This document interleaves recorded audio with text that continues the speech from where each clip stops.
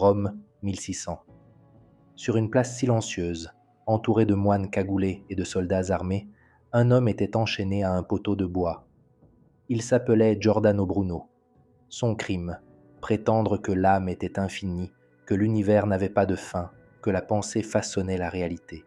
Lorsque les flammes commencèrent à lui lécher les jambes, il ne cria pas, ne supplia pas, il prononça simplement une phrase que le temps ne pourrait jamais consumer.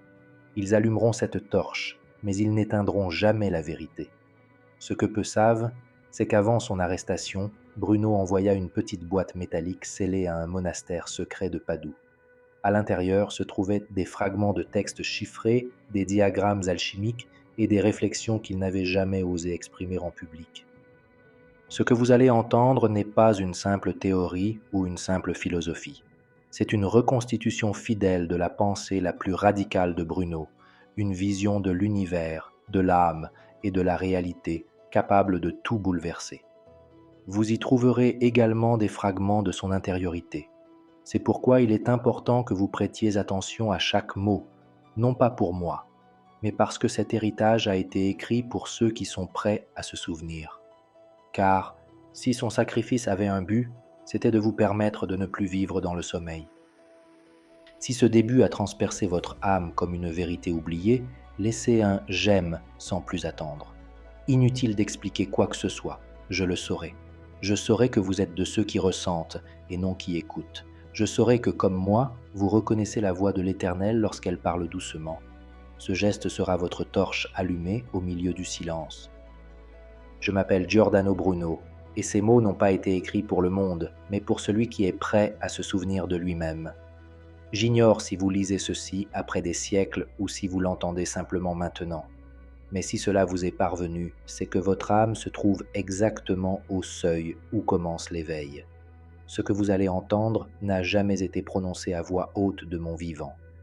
Ni à Paris, ni à Londres, ni même devant mes disciples les plus dévoués, car il est des vérités qui ne peuvent être enseignées par des mots. Elles ne se révèlent que par l'expérience, et je l'ai compris trop tard. Ce n'était ni un livre, ni une formule. C'est une nuit où je risquais la mort que l'univers m'a révélé ce que personne ne m'avait jamais expliqué. Cela s'est passé à Venise. J'étais seul, fiévreux, allongé sur le sol en pierre d'une chambre louée. Je m'étais disputé avec un noble ignorant qui m'avait accusé d'hérésie. L'après-midi même, ils m'ont lapidé. La fièvre est arrivée dans la nuit, telle une morsure céleste, et dans mon délire, j'ai vu ma vie non pas comme une succession de souvenirs, mais comme des projections.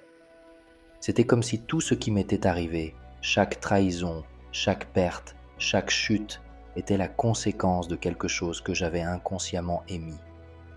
J'ai vu la peur que je portais en moi depuis l'enfance, la culpabilité de poser des questions, le désir d'être accepté par ceux qui ne savaient même pas s'accepter eux-mêmes. J'avais projeté tout cela sur mon chemin, et le monde ne m'avait fait que le refléter. C'est alors que j'ai compris. Je ne vivais pas ce que je méritais. Je vivais ce que je n'avais pas encore transmuté en moi. Je m'assis, encore tremblant, et commençai à écrire sur une feuille déchirée. L'univers est un miroir, et c'est toi qui en tiens le cadre. Le lendemain matin, mon corps était faible, mais ma conscience était pleinement éveillée. Ce fut le début de tout. J'appelais cette découverte la carte invisible de l'âme, et je compris que chaque être humain évolue dans une structure intérieure composée non pas de routes, mais de pensées, non pas de villes, mais d'émotions archaïques, souvent héritées, qui déterminent les chemins que la vie suivra. À partir de ce moment, je commençai à m'observer d'abord moi-même, puis les autres.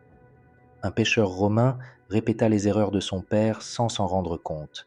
Une noble femme attirait les hommes cruels, même si elle prétendait aspirer à la tendresse.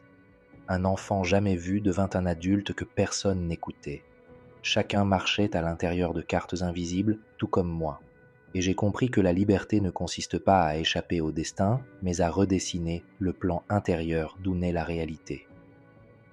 Si dans votre vie il y a quelque chose qui se répète, si une douleur semble éternelle, ne l'interprétez pas comme une punition. Considérez-la plutôt comme un signe, une coordonnée, un point précis sur votre carte qui demande à être transmuté. Vous ne réagissez pas au monde, vous le projetez. Et si vous changez intérieurement, le monde commencera à changer aussi. sans que vous ayez à le forcer. C'était mon premier grand secret, et c'est pourquoi je l'écris maintenant. Car si cette voix résonne encore, c'est parce qu'elle n'a jamais disparu. Elle attendait simplement que vous vous en souveniez. Mais ce souvenir n'est pas toujours facile. Parfois, pour cela, il faut remonter bien plus loin, même jusqu'à l'enfance. Car nombre des chemins que nous empruntons aujourd'hui sans comprendre pourquoi ont été tracés avant même que nous ayons conscience d'avoir un choix. Et si vous me le permettez, je voudrais vous emmener au moment où j'ai compris que toutes mes pensées ne m'appartenaient pas. J'avais 7 ans la première fois que j'ai entendu mon père me dire de me taire. Nous étions dans les champs, à ramasser des pierres sur le chemin pour préparer le nouveau jardin. Je lui ai demandé pourquoi les riches possédaient de si vastes terres s'ils ne les cultivaient pas. Il m'a regardé, a pincé les lèvres et a murmuré « Ne me pose plus jamais cette question, ce n'est pas sûr ni pour toi ni pour moi, ni pour… » Ce jour-là, j'ai appris quelque chose, non pas sur le monde, mais sur la peur. Et cette peur n'était pas la mienne. Je l'avais héritée, je l'avais portée en moi pendant des années sans le savoir. Elle m'accompagnait dans mes silences, dans mes idées refoulées, dans mes rêves différés. Et ce n'est que bien plus tard, alors que j'étais déjà un homme hanté par mes propres mots, que j'ai compris. La plupart de mes pensées n'étaient pas authentiques. C'étaient des voix archaïques, celles de mes parents, de mes professeurs, de systèmes qui avaient instillé des idées en moi comme des graines, sans que je m'en rende compte, des croyances qui imitaient ma voix intérieure, mais qui n'étaient pas nées de mon âme. Combien de pensées qui vous habitent aujourd'hui ne vous appartiennent pas vraiment? Combien de fois prenez-vous des décisions par peur de décevoir une figure disparue? Combien de fois vous sentez-vous coupable de quelque chose qui n'aurait jamais dû vous blesser? Lorsque j'ai compris cela, j'ai eu le vertige, comme si mon esprit était un temple envahi par des présences étrangères. Je me croyais libre et pourtant je vivais immergé dans des idées empruntées. À Paris, j'avais un professeur de rhétorique que j'admirais profondément.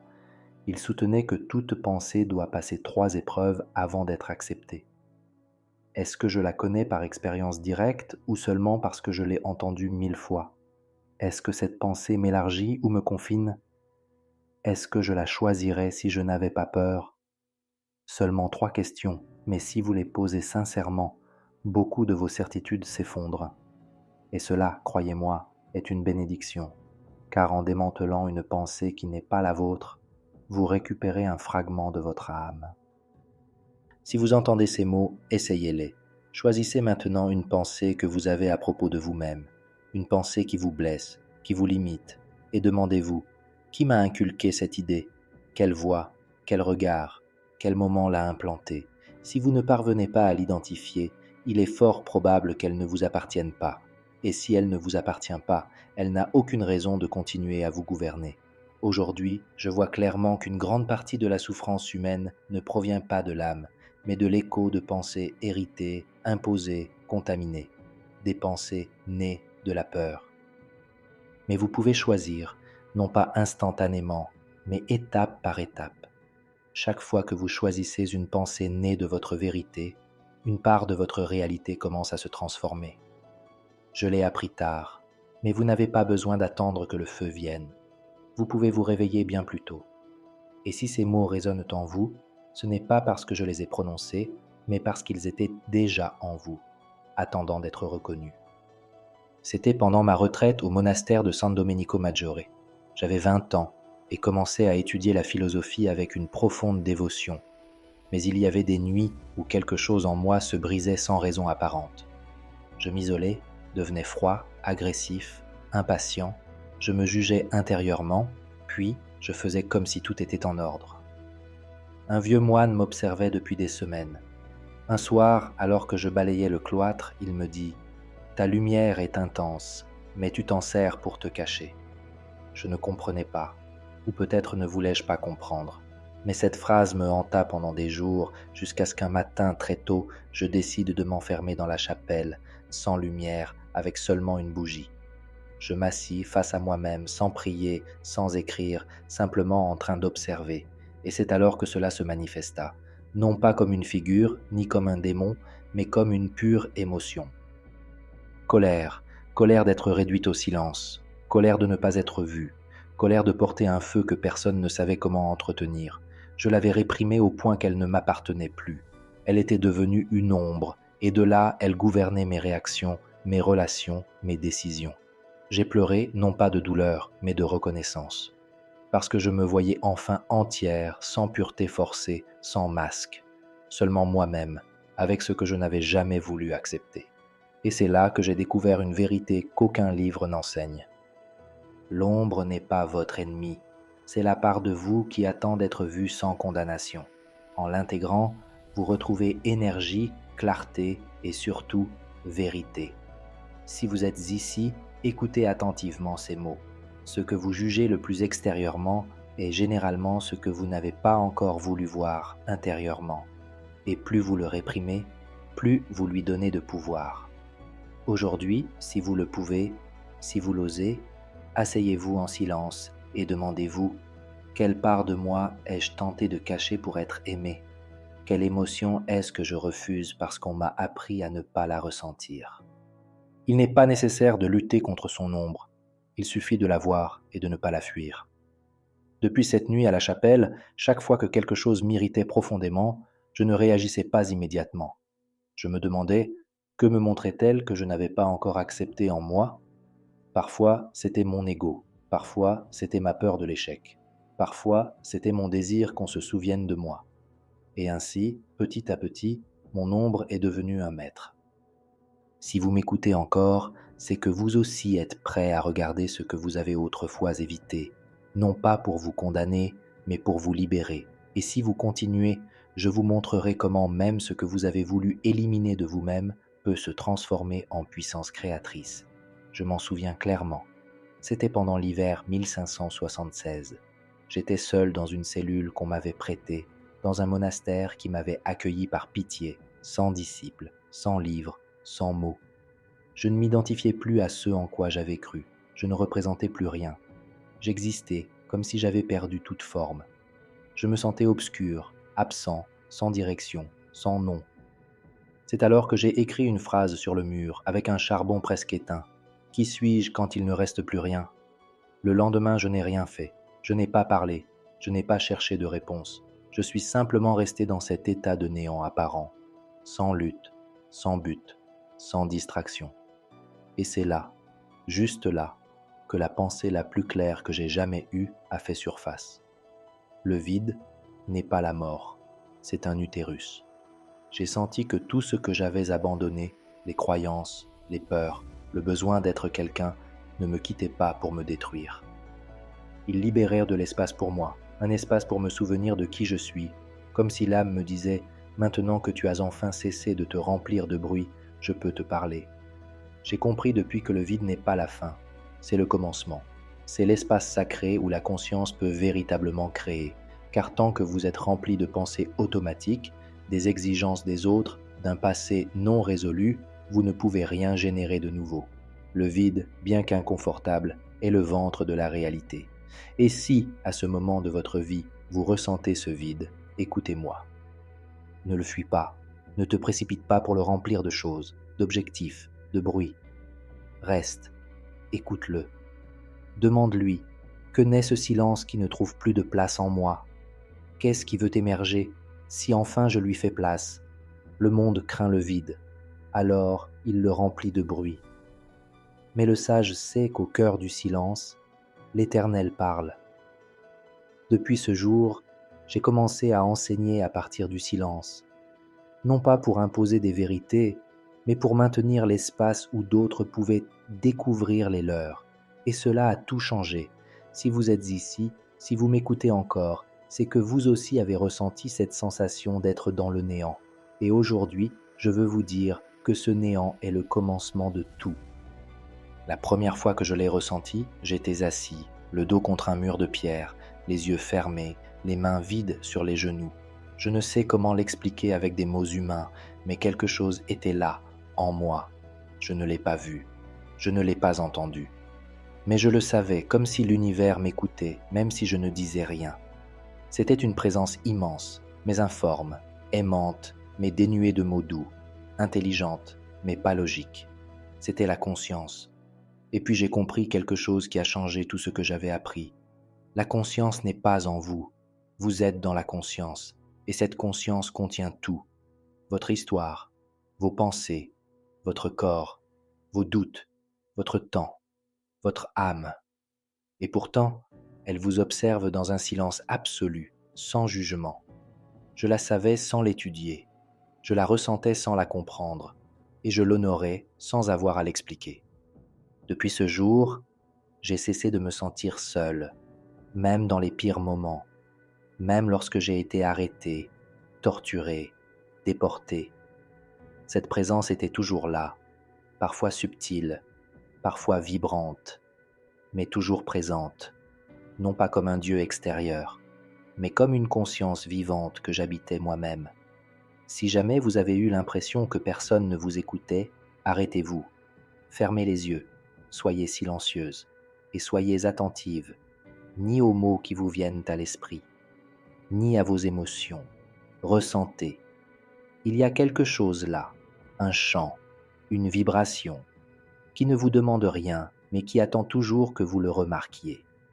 C'est la conscience, le tissu invisible qui maintient tout ensemble, l'océan dans lequel navigue votre âme.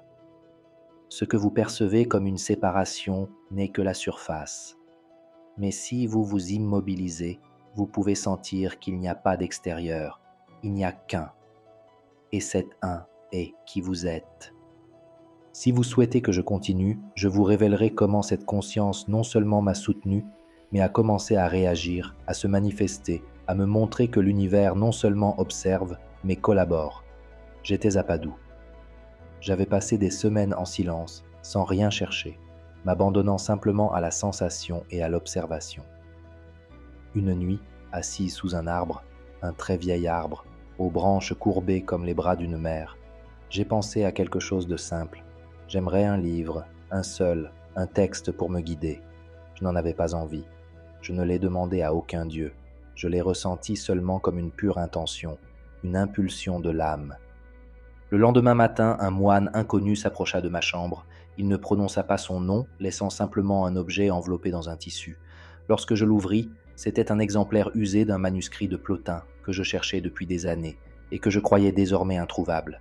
Le moine ne revint jamais, et je n'appris jamais d'où il venait, mais je compris quelque chose d'aussi clair que le jour sur mon visage. L'univers écoute l'intention pure, et lorsqu'il n'y a pas de résistance, il coopère. Ce n'était pas de la magie, ce n'était pas de la chance. C'était une concordance entre ce que je ressentais profondément et ce que le tout savait être le bon moment pour recevoir. Dès lors, j'ai cessé de lutter pour tout obtenir, et j'ai commencé à comprendre, à créer à partir de la certitude et non du manque. Et j'ai découvert une loi silencieuse qui vibre encore aujourd'hui aux quatre coins du cosmos. Lorsque ce que vous demandez est en harmonie avec qui vous êtes, l'univers ne résiste pas, il collabore. Et vous, à partir du point où vous désirez, car ce n'est pas le désir qui crée, mais la vibration qui l'émet, si vous demandez par manque, vous projetez davantage d'absence. Mais si vous émanez de la plénitude, de l'amour, de la certitude, la réalité se meut comme un reflet. Aujourd'hui, si vous avez besoin de quelque chose, ne le quémandez pas, ressentez-le, vibrez avec lui. Imaginez-le déjà présent, comme si l'univers n'attendait que votre permission pour vous l'accorder, car c'est exactement ainsi. Si vous le souhaitez, dans le prochain fragment, je vous révélerai quelque chose d'encore plus profond. Comment j'ai appris à comprendre sans peur et comment la peur, plus que toute autre chose, bloque le flux sacré de la création.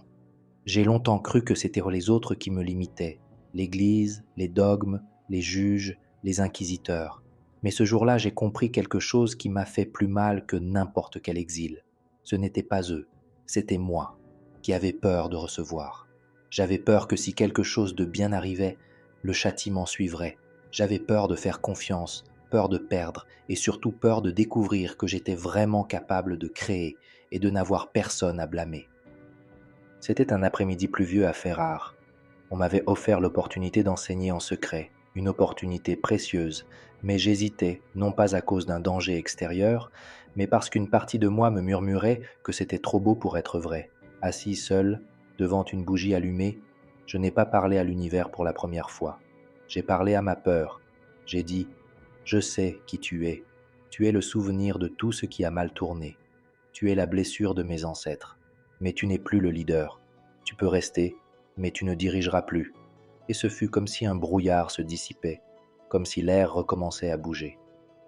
Car la peur ne disparaît pas en criant, elle se transforme dès que vous cessez de lui obéir. Si une part de vous se sent indigne, écoutez ces mots. Ce n'est pas votre désir qui est le problème, mais la peur de le recevoir. Ce n'est pas l'univers qui vous met à l'épreuve. C'est votre croyance inconsciente que si quelque chose arrive, cela vous sera retiré. Mais cette idée est fausse. Ce n'est qu'un héritage mental que vous pouvez choisir d'abandonner. Maintenant, fermez les yeux et répétez. Je suis en sécurité en recevant ce que mon âme a déjà choisi. Le bien qui est mien ne me sera pas refusé. Je n'ai aucun prix à payer pour être heureux. Car lorsque l'âme cesse d'avoir peur, le flux se rétablit. Et ce qui semblait être un effort devient synchronicité. Dans le prochain chapitre, je partagerai comment j'ai appris à maintenir ce flux, non pas par la force, mais grâce à un outil que j'avais sous-estimé pendant des années, la gratitude. Pendant des années, la gratitude n'était pour moi qu'une courtoisie, une expression prononcée après avoir reçu quelque chose, une habitude enseignée dans les monastères comme une vertu, mais rarement ressentie avec sincérité. Jusqu'au jour où tout a basculé. Je marchais seul à l'aube, aux abords de Léon. Il faisait froid, j'avais peu de nourriture, peu de vêtements, peu de certitude. Et pourtant, pour une raison inconnue, ma poitrine était emplie d'une paix qui ne provenait pas de ce que je possédais, mais de ce que je reconnaissais. Et j'ai dit doucement, sans raison apparente, merci, ni pour quelque chose, ni pour quelqu'un. Juste, merci. Comme un soupir de l'âme qui l'espace d'un instant se souvenait d'être entière. C'est alors que j'ai compris. La gratitude n'est pas une réaction, c'est une clé, c'est une fréquence, un alignement profond avec la vérité que vous êtes déjà complet, même si rien n'est encore arrivé. Et à partir de cette fréquence, tout ce qui vient trouve sa place. Et tout ce qui n'est pas encore arrivé commence à se diriger vers vous. À partir de ce jour, j'ai commencé à remercier avant que les choses n'arrivent, avant de savoir si quelque chose fonctionnerait, avant d'en avoir la preuve. Et tout a changé, car la gratitude anticipée est la foi transmutée en vibration. C'est comme dire à l'univers « Je suis prêt, j'ai confiance, je suis déjà sur la fréquence de ce qui arrive ». Et si vous n'avez pas de raison d'être reconnaissant aujourd'hui, créez-les. Soyez reconnaissant pour votre conscience, pour votre capacité à entendre ces mots, pour ce que vous guérissez, même si vous ne le voyez pas encore. Car la gratitude n'attend pas les résultats, elle les génère. Et si vous remerciez de tout votre être, la réalité s'adapte à cette vérité. À partir de ce moment-là, chaque fois qu'une difficulté survenait, je ne la maudissais plus. Je la bénissais. Je lui disais « Merci pour ce que tu es venu me montrer. Merci pour ce que je ne comprends toujours pas. Merci, car tu m'ouvres aussi une porte. » Dans le prochain chapitre, je vous révélerai ce qui s'est passé lorsque j'ai commencé à rendre grâce, même pour la douleur, et comment cet abandon m'a ouvert au plus grand des paradoxes. Parfois, perdre est le seul moyen de retrouver son âme. Ils m'avaient trahi pour mes idées. Ils m'avaient expulsé. Ils avaient confisqué mes écrits et, plus encore, ils m'avaient enlevé le visage que je m'étais construit, celui du maître, du sage, de celui qui savait ce qu'il faisait. Je me suis retrouvé sans rien, sans nom, sans direction, sans dignité apparente, et ce soir-là, j'ai voulu abandonner. Je me suis dirigé vers un champ. Il pleuvait. Je me suis assis sous un arbre nu et j'ai pleuré, non pas comme un mystique, ni comme un philosophe, ni comme un enfant abandonné, mais comme un être nu face à lui-même. Et là, à cet instant de rupture, quelque chose s'est produit. Non pas à l'extérieur de moi, mais à l'intérieur. Un murmure silencieux, une certitude subtile. Maintenant tu es vide, maintenant tu peux être réel. J'ai compris que j'avais perdu tout ce que je n'étais pas, tout ce que j'avais construit pour être accepté, admiré, protégé. Mais ce qui ne m'avait pas quitté, c'était mon âme, ma conscience, mon pouvoir de créer, même à partir des ruines. Cette nuit-là, je n'ai rien demandé. J'ai seulement dit, si cette chute me ramène à moi-même, alors merci. Et tandis que je le prononçais, la douleur ne disparut pas, mais quelque chose en elle changea. Elle cessa d'être une punition pour devenir une alchimie. Si vous vous sentez perdu, écoutez ceci avec un cœur ouvert. Ce qui s'en va n'est pas qui vous êtes, c'est ce qui ne peut plus contenir votre vérité. La vie ne vous punit pas, elle vous libère. Et si vous la laissez faire, chaque perte peut devenir une initiation, non pas vers quelque chose de nouveau, mais vers ce que vous avez toujours été et que vous avez oublié. Être reconnaissant pour la douleur ne signifie pas ne pas la ressentir. Cela signifie ne pas en faire une identité. Cela signifie regarder au-delà et lui permettre de vous révéler ce dont vous étiez censé vous souvenir. Depuis ce jour, j'ai compris que l'âme n'est pas renforcée par le succès. Elle l'est par la vérité, et la vérité se présente souvent sous la forme d'une perte. Dans le prochain chapitre, je vous raconterai ce qui s'est passé lorsque j'ai arrêté de courir, de chercher et de m'abandonner complètement à l'instant présent, et comment, sans même demander, la paix est venue. C'était sur une colline près de Florence.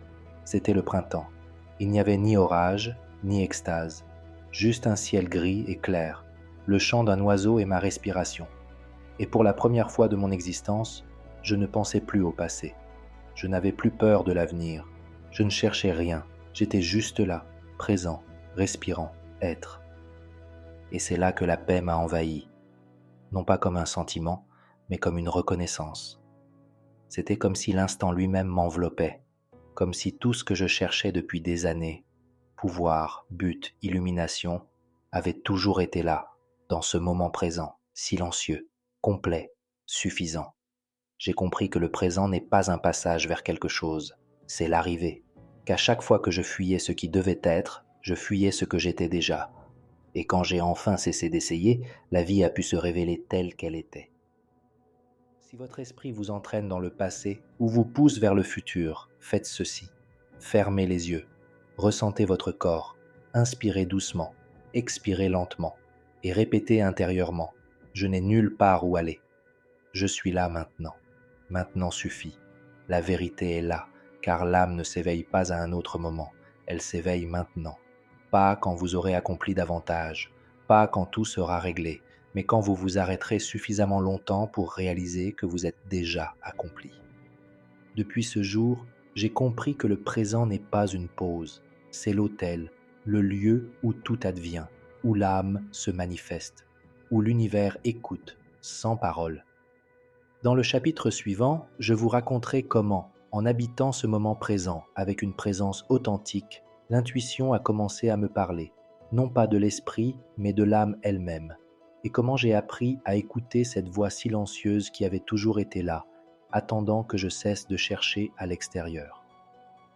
La première fois que je l'ai ressenti, je traversais une petite forêt en Toscane. Je me suis arrêté sans savoir pourquoi.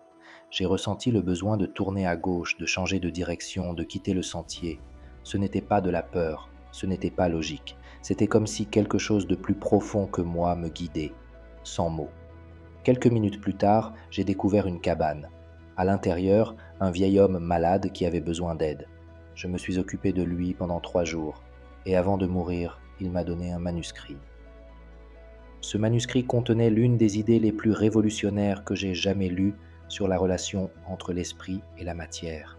Et c'est alors que j'ai compris. L'intuition ne vient pas de vous. Elle vient de ce que vous êtes, avant que vous ne soyez vous-même. C'est la pure conscience qui vous parle de l'intérieur. J'ai commencé à reconnaître son ton. Elle ne crie jamais, elle ne s'impose jamais, mais elle ne commet jamais d'erreur. Et j'ai compris quelque chose que je n'ai jamais oublié. L'esprit argumente, l'émotion réagit, mais l'âme sait, tout simplement. Et comment reconnaître cette voix au milieu de tant de bruit? Avec le silence, avec la présence, avec l'honnêteté. L'intuition ne répond pas à ce que vous voulez entendre. Elle vous dit ce qui est. Et quand on apprend à lui faire confiance, votre chemin s'aligne, sans effort, sans besoin de contrôle. J'ai commencé à enregistrer chaque intuition que je ressentais, à agir en fonction de ces signaux subtils. Et peu à peu, la vie est devenue plus fluide, plus précise, plus réelle, non pas parce que tout était parfait, mais parce que je ne marchais plus à l'aveuglette. L'âme a toujours su le chemin, c'est juste que mon esprit parlait si fort que je ne l'entendais pas. Et si vous êtes ici à m'écouter, vous savez déjà de quoi je parle, car vous avez aussi connu cette voix, dans les décisions que vous ne pouviez expliquer, dans les doux avertissements que vous avez ignorés, dans les certitudes qui vous ont sauvé. Aujourd'hui, je veux juste vous le rappeler. Votre âme le sait. Elle a juste besoin que vous l'écoutiez, sans hâte, sans jugement, avec un profond respect. Dans le dernier chapitre, je partagerai avec vous ce que j'ai découvert à la fin de ma vie, quand je n'avais plus de corps libre, plus de paroles publiques, plus de projets d'avenir, mais je possédais une vérité vivante. Ce qui a le plus de pouvoir n'est pas ce que l'on sait, mais ce que l'on incarne. Et maintenant, si vous êtes ici avec moi, si vous avez écouté chacune de ces pages, si vous avez ressenti ce que j'ai ressenti, alors vous n'avez plus besoin de mots, car il ne s'agit pas d'accumuler du savoir, il s'agit de l'incarner. Je l'ai compris trop tard, quand je ne pouvais plus parler sur les places, quand mes livres avaient été brûlés, quand il ne me restait plus que le silence et une cellule. Là, je n'avais personne à convaincre, pas d'auditoire, pas de disciples, pas de défenseur. Je n'avais que mon âme nue et la vérité que j'avais vécue. Il ne suffisait pas d'avoir parlé de l'infini. Il ne suffisait pas d'avoir étudié les étoiles, les âmes, les énergies subtiles. La seule chose qui m'accompagnait dans cet enfermement était ce que j'étais devenu au cours de ce processus. Car au final, la seule vérité qui compte est celle qui vibre en vous, même si personne ne la voit. Et c'est alors que j'ai compris que tout ce que j'avais été, tout ce que j'avais perdu, tout ce que j'avais découvert n'avait de sens que parce que cela m'avait transformé. Et si ma transformation peut vous aider à vous souvenir, alors tout cela en aura valu la peine. Alors, ne mémorisez pas ces mots. Ne les répétez pas comme une doctrine. Sacralisez-les, vivez-les. Si vous avez découvert que votre réalité naît de vous, commencez à créer à partir de votre âme. Si vous avez intégré votre ombre, laissez cette énergie devenir votre allié. Si vous avez ressenti le vide, honorez son pouvoir créateur. Si vous avez écouté votre intuition, suivez-la. Car ce livre, cette voix, cet héritage ne m'appartiennent pas. Il vous appartient. Il l'a toujours été. Je suis seulement venu vous le rappeler. Et si jamais vous doutez, si jamais vous oubliez tout ce que vous avez entendu, si jamais le monde se remet à faire du bruit, souvenez-vous de ceci, ils allumeront ce flambeau. Mais ils n'éteindront jamais la vérité. Et cette vérité vit en vous. Avec tout ce que j'ai été, avec tout ce que je suis maintenant, je vous salue en sachant que cette flamme est passée de mes mains aux vôtres. Et vous saurez quoi en faire, l'âme le sait. Elle a juste besoin que vous l'écoutiez, sans jugement et avec un profond respect. Si cette voix a trouvé un écho en vous, arrêtez-vous un instant et laissez une trace. Aimez, car c'est ainsi que l'on se reconnaît, sans mots. Écrivez un commentaire, un souvenir, émotion, ne serait-ce qu'une phrase vivante. Et abonnez-vous si vous souhaitez repartir ensemble sur ce chemin fait de vérités murmurées et de flammes éternelles. Votre âme a déjà compris où elle veut retourner. Je vous y attendrai. Puissiez-vous toujours être fidèle à ce que vous entendez en silence, que les mots oubliés reviennent frapper doucement et que votre vérité, même fragile, soit le feu qui vous guide. À vous qui avez écouté jusqu'au bout, je ne souhaite comme toujours que la lumière, je vous souhaite l'origine, et puissiez-vous renaître de là chaque fois que vous le choisirez. À bientôt.